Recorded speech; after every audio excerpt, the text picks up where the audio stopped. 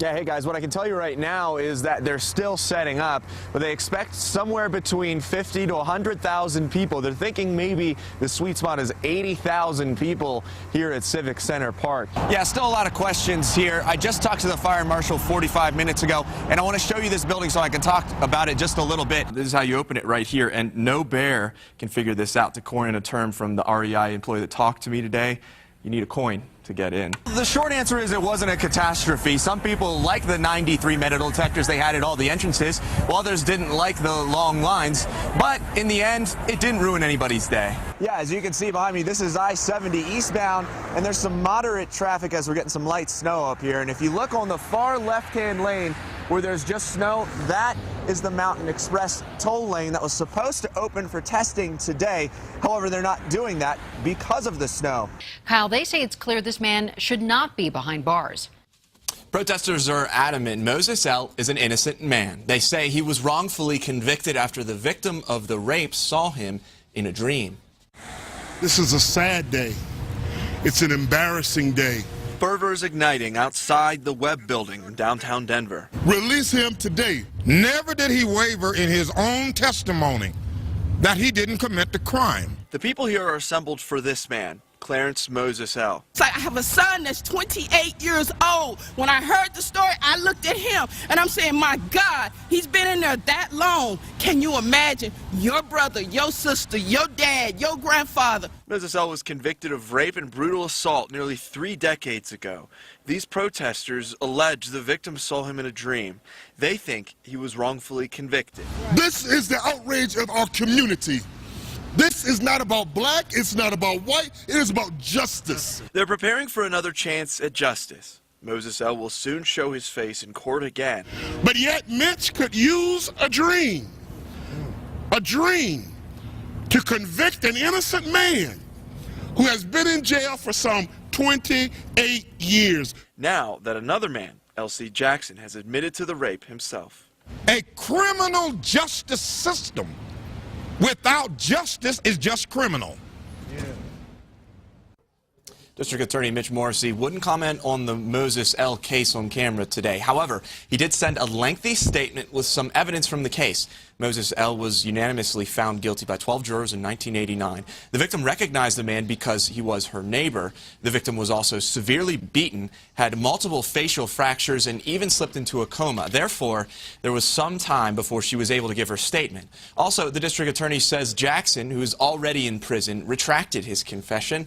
The DA says Jackson was under the impression he couldn't be charged under the statute of limitations. Live in the newsroom, Kyle Horan, Denver 7. Friends and family are remembering this Westminster man, Sammy Pickle II.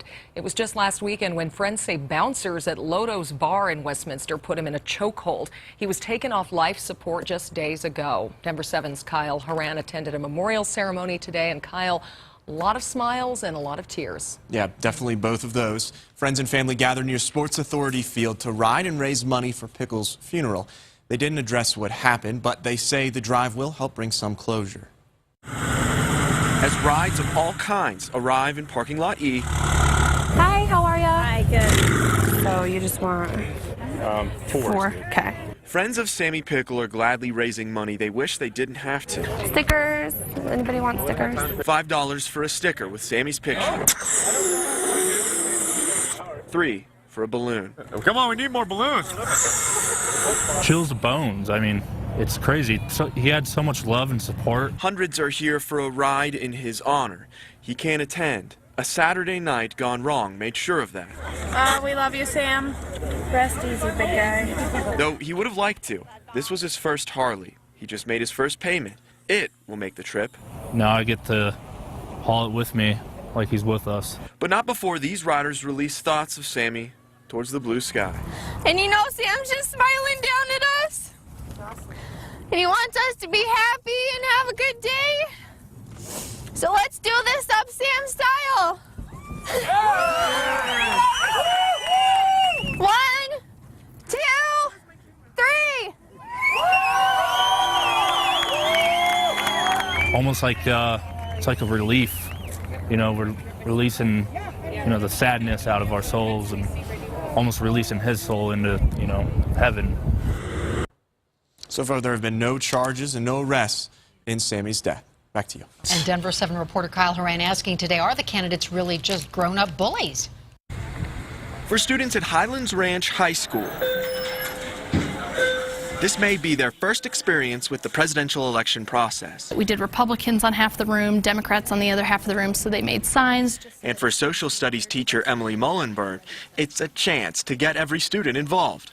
My AP Government students hosted a full school mock caucus. We called it a maucus. Little did she know at the time, but the name of her lesson may have reflected Thursday night's actual debate. He referred to my hands. If they're small, something else must be small. I guarantee you there's no problem. I guarantee it. Who could miss this? The talk about Donald Trump's private parts and the headlines the next day. I am conservative. I'm more to the right. For young people watching the coverage, it's not exactly presidential. I was a little bit taken back just by some of the comments that were made. And possibly akin to bullying, according to Elon Cohen, a counselor and founder of the anti-bullying group Make a Friend, Be a Friend. In the eyes of the public, I don't think anyone has seen this before. It's very disturbing. It's also disturbing to students that we've come across. Politicians have attacked each other for years, but this definitely has a different feel and tone to it, and the kids sense that. Now, I was told the students in this caucus represented each of the candidates as best as they could. However, they didn't use some of the same words the candidates have used because at that school, bullying is not accepted at any level. Smart moves. Definitely. Thank you, Kyle. 7 News reporter Kyle Horan got his hands on some video of a bear raiding some food, which wildlife officials say was stored improperly, putting the bear's life at risk. Mr. Bear. You are so smart, Bear. Look at how high up that is. I feel like he's done this before. It does seem a little cute. A bear in a tree chowing down on some poor camper's grub. Yeah, unfortunately, I think these kind of things happen a lot, especially with smartphones, and people get so excited when they have an opportunity to see wildlife. It's really not good. So says Jennifer Churchill with Colorado Parks and Wildlife. Bears need food too, but being close to campers and unafraid of humans puts the bears at risk. If this bear continues this behavior and starts looking for food near campsites or near people, eventually he may start trying to get into tents, and that's when we have to put bears down. Bears are smart. They learn. But there are products out there to keep bears out of food. Many are sold at retail chain REI. Here's one of the tools that they say you should use to keep your food safe from bears. This is the bear canister. This one's called the bear keg, and it's meant to hold enough food for about 8 or 9 days. The people at REI told me it's made of really thick, hard plastic. As you can see, I can't bend it or break it at all. And it's actually bear tested.